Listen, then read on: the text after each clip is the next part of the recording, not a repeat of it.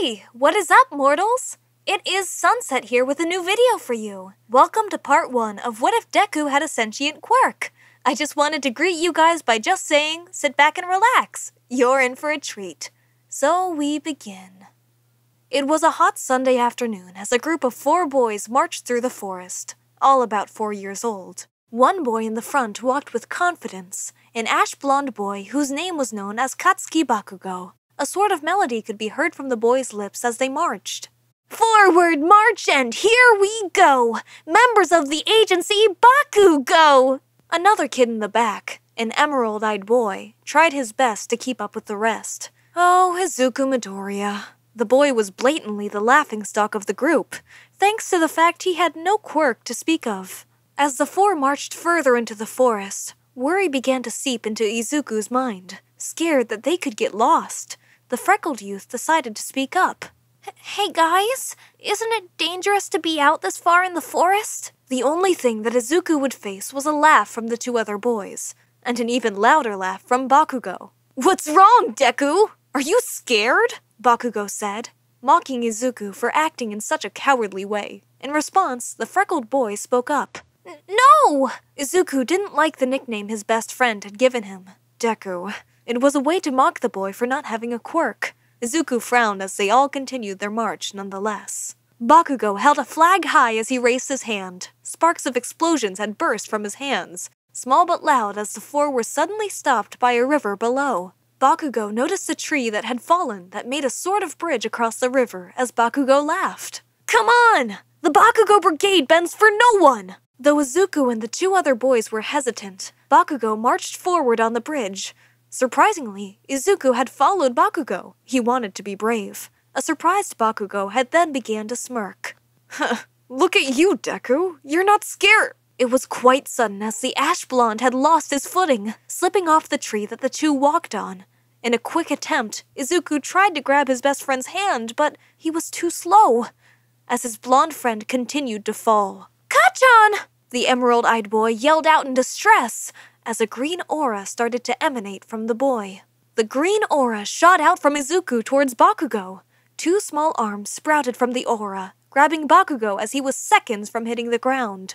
A surprised Bakugo looked at the green light that held him. He then looked at Izuku, who appeared to have some kind of connection to the light, and an even more shocked Izuku was just there, frozen. Almost at the same time, the 2 screamed. The aura suddenly let go of Bakugo and flew back into Izuku.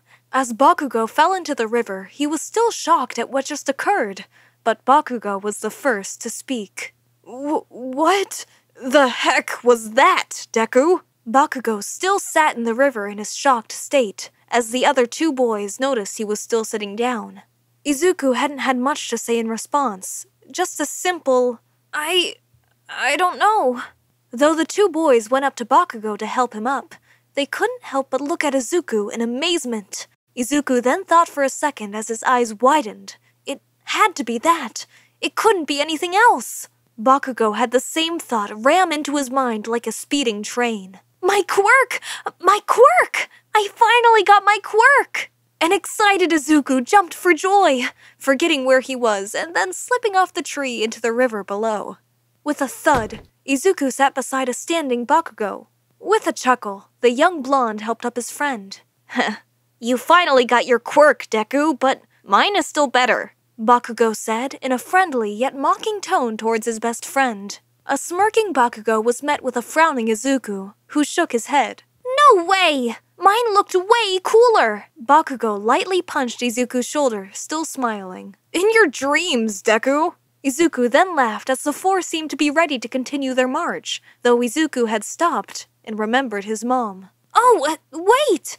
I have to tell my mom first! She's gonna be so shocked!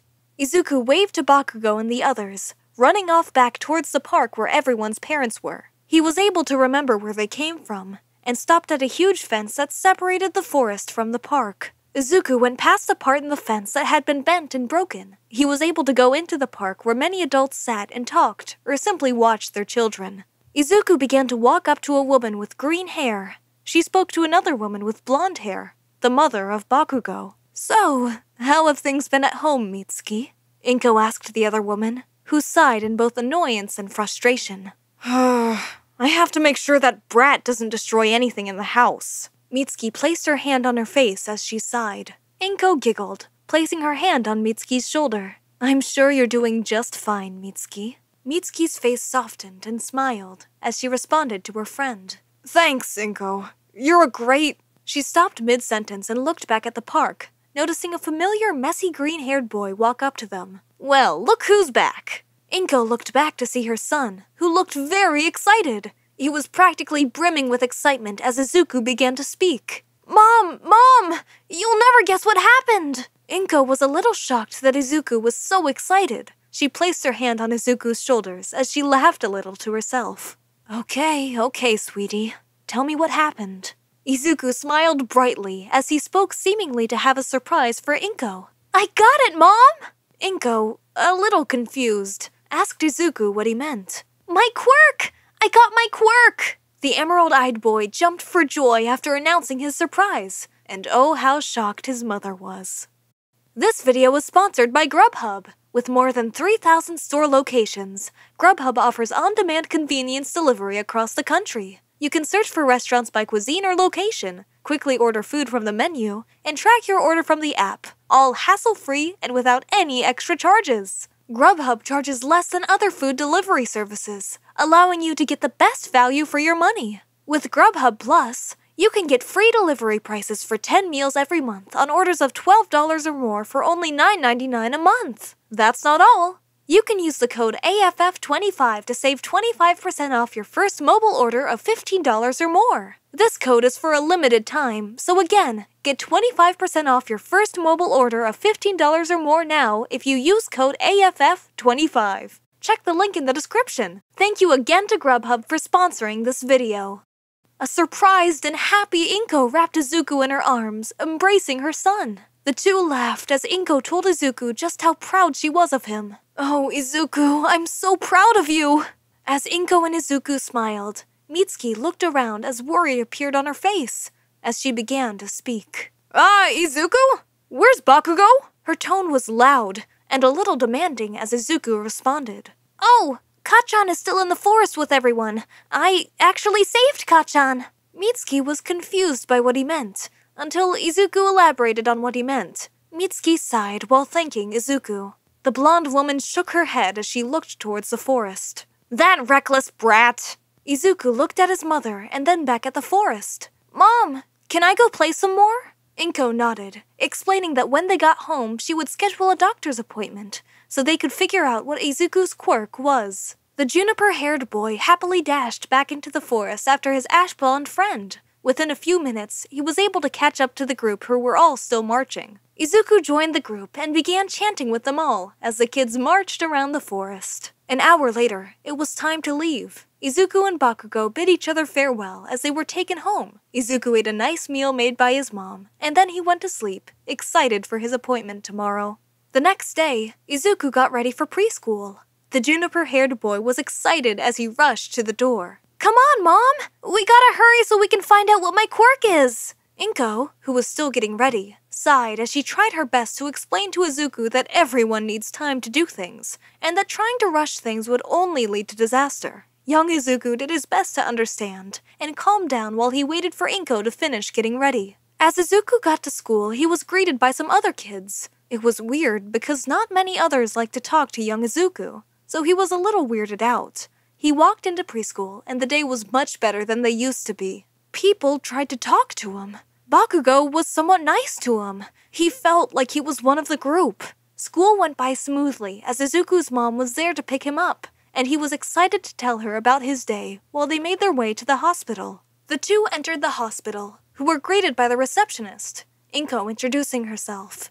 She was told to enter the waiting room where many other children and adults were, just waiting to get a chance to see what exactly their quirks were. It would be 30 minutes before Izuku was called. A few children had gotten to go before him, but nonetheless, finally, he got his turn. Inko waited in the room. Though she was glad that Izuku had developed a quirk, she had never seen the quirk, nor had she actually asked Izuku what happened when he saved Bakugo. Inko felt like she was being too careless. The thoughts soon faded from the worried mother's mind as Izuku walked through the door with one of the many doctors that worked at that hospital. The doctor sat in a chair as Izuku sat down as well. The doctor looked at the boy, and he appeared to be surprised by something.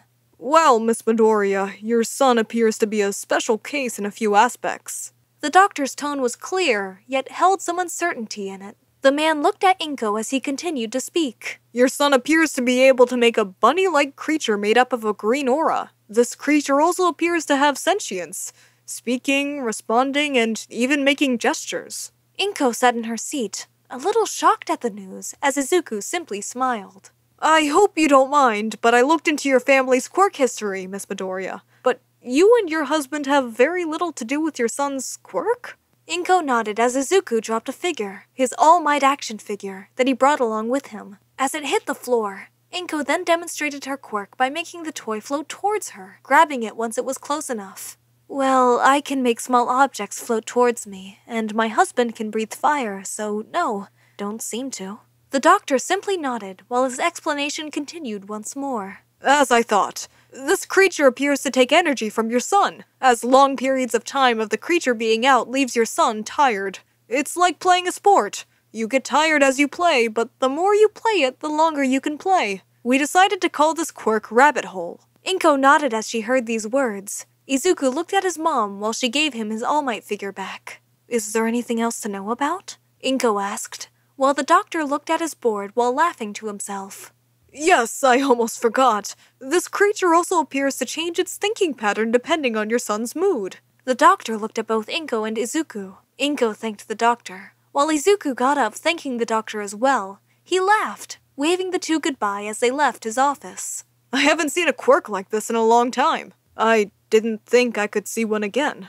I must be lucky. The doctor shook his head while he said he was ready for their next patient. Inko and Izuku got into their car, as Izuku looked at his mom with an excited expression. Well, Izuku, why don't I make something special for your hard work today? The young boy's eyes glowed with determination as the boy began to shout, Katsudan! Katsudan! I can't wait for Katsudan! Inko laughed as she drove off. It had been a while since she made Katsudan for her and Izuku, so she was more than glad to whip some up. Thank you all for indulging yourselves in all this information thus far. I hope you enjoyed it. Now, there are a few more things that I'd like to go over before the video ends. Firstly, I'd like to thank our patrons.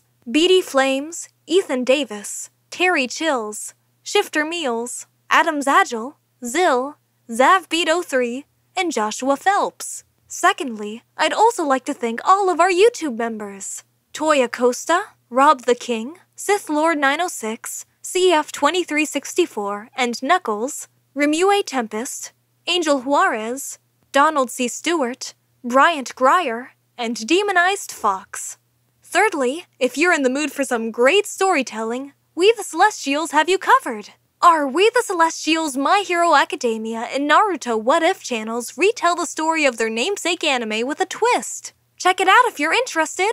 Fourthly, on behalf of We the Celestials, I'd like to thank everyone involved in today's excellent content production. Their details can be found in the description below. Lastly, if you're interested in what we do here at We the Celestials, I'd like to extend an invitation to join the team. The only caveat is that we only accept members from 16 years old to join our crew. You can sign up for whichever category fulfills your interest by joining the recruitment Discord using the link in the description below. We're always looking for new members to join us. Well, that's it from us for today's video. So thank you all for watching and have a great day!